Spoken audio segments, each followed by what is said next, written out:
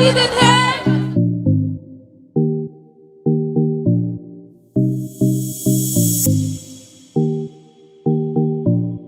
अस्सलाम वालेकुम, मैं हूँ हारिस खान और आज हम मौजूद हैं औरत मार्च के हवाले से बाग़ जिना ग्राउंड में।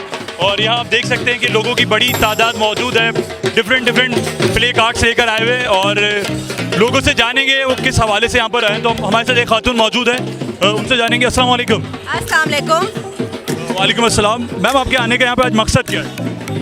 मकसद ये है कि हम गिलगित बल्तिस्तान की ख़वातीन को यहाँ रिप्रेजेंट करें, हुंजा की ख़वातीन को यहाँ रिप्रेजेंट करें और अपने मुतालबात जो है हमारे वो हम लोग जो है ना यहाँ पे रिप्रेजेंट करें। आपकी प्ले कार्ड आपने उठाया हुआ है, इसमें क्या लिखा हुआ है, ज़रा हमारे देखने और सुनने वालों को बताएं। तो हम लोगों ने कॉन्स्टिट्यूशनल राइट्स की बात की है जो गिलगित बल्तिस्तान, आई होप कि आप लोगों को पता होगा कि गिलगित बल्तिस्तान में सच कॉन्स्टिट्यूशनल राइट्स हमें मिले नहीं है। तो इस वजह से जो ना ख़वातीन भी इससे बहुत ज़्यादा सफ़र करते हैं। और सेकेंडली ये है कि कॉन्स्टिट्यूशनल राइट्स बहाल ना होने की वजह से हमारे जो जॉब्स के मसले होते हैं, हमारे जो हेल्थ केयर फैसिलिटीज़ वहाँ पे नहीं होते, वो उनको आगे लेकर आ जाए।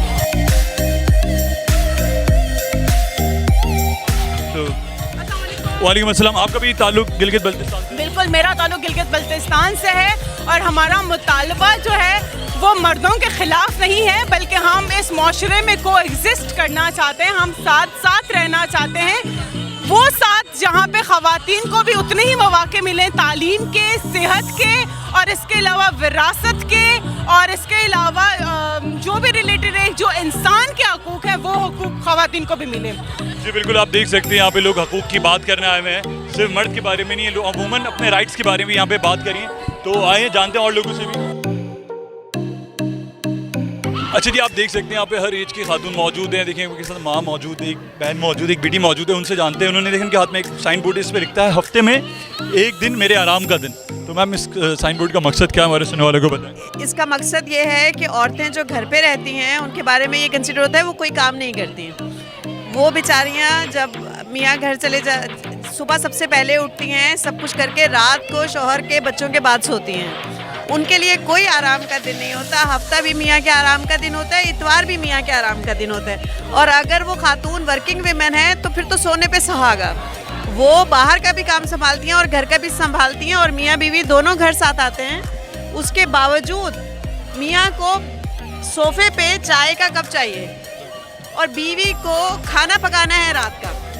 तो उसको भी हफ्ते और इतवार की 2 छुट्टियों में से मेरा ये आइडिया है कि एक छुट्टी घर का एक स्पाउस ले और दूसरी छुट्टी दूसरा स्पाउस ले। अच्छा, ये हमारे साथ कुछ खातून हैं जिनके पास एक प्ले कार्ड है जिस पर लिखा है शी फाउंडेशन। तो इस फाउंडेशन का काम क्या है, ज़रा आप हमारे देखने और सुनने वाले को बताएंगे? शी का मतलब है औरत। ठीक है जी। हम औरतों के लिए काम कर रहे हैं। शी को हम बहुत सारे नामों से ले सकते हैं, ठीक है। तो उसके बाद है human rights and education and Eve. Eve is a हवा, तो हम हवा के लिए काम कर रहे हैं औरतों के लिए। इसके अलावा हम ICPH से हम इंटरफेथ कमीशन पे हम पीस के लिए काम कर रहे हैं एंड ट्रांसजेंडर्स के लिए काम कर रहे हैं एंड हम लोग मज़हब रिलीजियस पे काम कर रहे हैं। मज़हब रिलीजियस पे आप किस तरह का काम कर रहे हैं? हम लोग उन चीज़ों को ख़त्म कर रहे हैं जो हमारे बच्चों को जहन में बचपन से सिखाया जाता है कि आप क्रिश्चियन से दूर रहिए। क्योंकि मैं खुद एलिज़ाबेथ हूँ, मेरा नाम एलिज़ाबेथ मॉरिस है, ये मेरी फ्रेंड मुस्लिम है बिनेश, एंड हमारे कुछ जो हमारे साथ काम कर रहे हैं, कुछ उनमें से सिख हैं, कुछ इस्माइली हैं, सब मिलके काम कर रहे हैं और हम इस चीज़ को मिटा रहे हैं कि मज़हब से पहले इंसानियत है। किस तरह की आज़ादी है, आप किस तरह की आज़ादी चाहती हैं? इस तरह की आज़ादी कि हम लोग आ जा सकें, तो तहफ़्फ़ुज़ के साथ आ जा सकें। अच्छा, आपकी नज़र में औरत के हकूक़ क्या हैं जो यहाँ पे नहीं मिल रहे, सोसाइटी में, हमारे कल्चर में नहीं मिल रहे? औरत के हुकूक जैसे कि आप वर्किंग क्लास में देख लें, नॉर्मल जो ट्रांसपोर्ट है उसमें औरतों को किस तरह ट्रीट किया जाता है। स्पेशली अल्लाह मियाँ ने औरत को एक सेंस दिया है, किस तरह के आपको एक नेगेटिव वाइब मिलती है। तो ये है कि उनको सिक्योर फील कराएंगे, आप उनको एज एन अच्छे तरीके से ट्रीट करें। ज़रूरी नहीं, एक होता है कि बगैर किसी को नुकसान पहुँचाए, आप अगर आप उसको नेगेटिव थाट्स भी आप एक पास करें तो वो भी एक नेगेटिव ही एक्शन है। तो ये है कि इंसान को अपनी नज़र और सोच को एज एन पॉजिटिव लाइट में भी रखना है ताकि वो सेफ फील करे, चाहे वो जहाँ पे भी खड़ी हो, कहीं पे भी ट्रैवल कर रहे हो। इंसान को अपनी राइट्स के लिए लड़ना ज़रूरी है। बिल्कुल। और सबसे ज़्यादा एक चीज़ इम्पोर्टेंट है, अगर औरत को कोई कमज़ोर समझता है वो बिल्कुल गलत है, क्योंकि औरत को कमज़ोर बनाने वाले लोग होते हैं।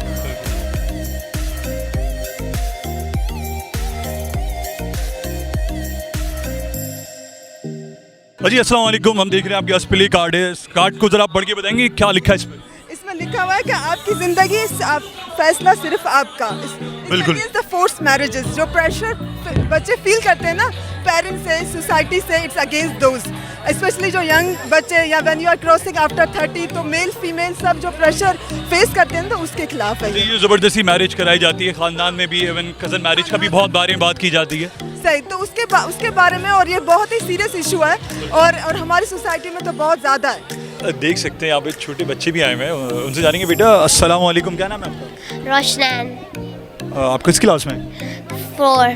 तो आप यहाँ पे क्यों आई हैं, आप बताएं। मैं इधर आई हूँ क्योंकि मुझे लगता है कि लड़कियों ज़्यादा आज़ाद नहीं होते हैं और सोसाइटी बहुत बुरे होते हैं उन लड़कियों के साथ। अच्छा, सोसाइटी बुरी है? क्यों, आपको सोसाइटी बुरी क्यों लगती है? क्योंकि जब हम कुछ करते हैं या कुछ कपड़े पहनते हैं या हम जॉब करते हैं, फिर कोई बात नहीं करता है और सब बातें करते हैं हमारे बारे में। कुछ खातूनें यहाँ पे जो बहुत गुस्से में, बहुत एंग्री हैं। मैम, आप गुस्से में क्यों, आप मुझे बताएं। मुझे गुस्सा आया है, मैं मसीह में हूँ और आप सबको सलाम कहती हूँ।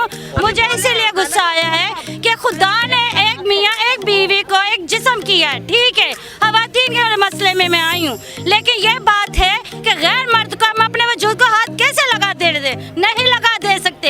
हम यहाँ पे परेशानी में आए हैं। हम लोगों को उधर ना गाड़ी है, ना पानी है, ना बिजली है, ना रोड है, ना घाट है, ना एक गाड़ी भी गुजर नहीं सकती हूँ। हम लोग जमीन लेके बनाने नहीं देता। कोई पुलिस आता है, कोई पुलिस वाला आता है, कोई एमडी वाला आता है। जिन लोगों ने बेचता है वो इंजुस्टी वाला भी पैसा खा लेता है। हमारे यहाँ ही कहा जाता है कि हम एक इस्लामिक कंट्री में रहते हैं, हमारा दीन हमें सिखाता है कि औरत को पर्दे में रहना चाहिए, तो यहाँ पे मर्द को थोड़ी आज़ादी नहीं हमारे दीन की तरफ से? बहुत ज़्यादा मर्द को आज़ादी दी है और औरतों को भी आज़ादी हमारे रिलीजन में है, लेकिन सिर्फ ये है कि रिलीजन का इसलिए ताल्लुक़ नहीं है हमारे इस मूवमेंट से, क्योंकि हमारा ये मानना है कि कोई जो मर्ज़ी कर रहा है, जो मर्ज़ी रिलीजन फॉलो कर रहा है या उसको पूरी तरह नहीं भी फॉलो कर, तो वो उसकी अपनी ज़ाती वो है। हम कोई नहीं होते कि हम जाके उसको दूर से देख के या कुछ भी देख के जज करें या बोलें कि यार ये तो मुसलमान ही नहीं है, क्योंकि हमें नहीं पता किसी का क्या अल्लाह से क्या ताल्लुक़ हो। अजी लोगों यहाँ मानना है हर इंसान अपना जवाब दे खुद है, तो अपनी कबर की फिक्र करे, दूसरों की फिक्र छोड़ दें आप।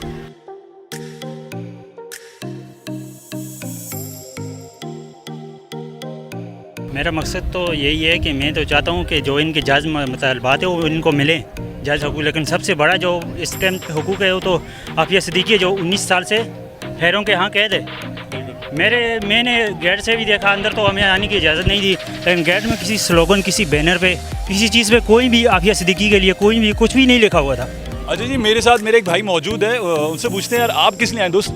अगर आप देखें तो 2008 में 17 जुलाई को डॉक्टर आफिया सिद्दीकी उनको अरेस्ट किया गया, तो वो अब तक बरतानिया की जेल में। हम वो भी एक औरत है, ना कि वो ट्रांसजेंडर है या कि वो भी एक औरत है, हमें उनके हुकूक़ के लिए निकलना चाहिए।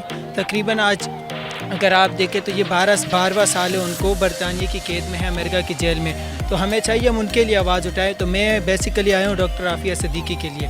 और फ़लस्तीन में जो औरतों के साथ जुल्म हो रहा है, कश्मीर में जो औरतों के साथ जुल्म हो रहा है, बस मैं सिर्फ आया, मेरा बेसिकली मकसद यही है कि उन औरतों के साथ जो जुल्म हो रहा है तो उनको कंट्रोल करना चाहिए। ये इस साइन बोर्ड का मतलब क्या है? आपकी समझ में नहीं आया या? नहीं, असल इंसाफ क्या है मेरी नज़र में? असल इंसाफ क्या है? असल इंसाफ यही है कि माशरे में जो चीज़ जिस तरह से पैदा हुई है, उसकी तख्लीक जिस तरह से हुई है, वो उसको बराबर की हैसियत दी जाए।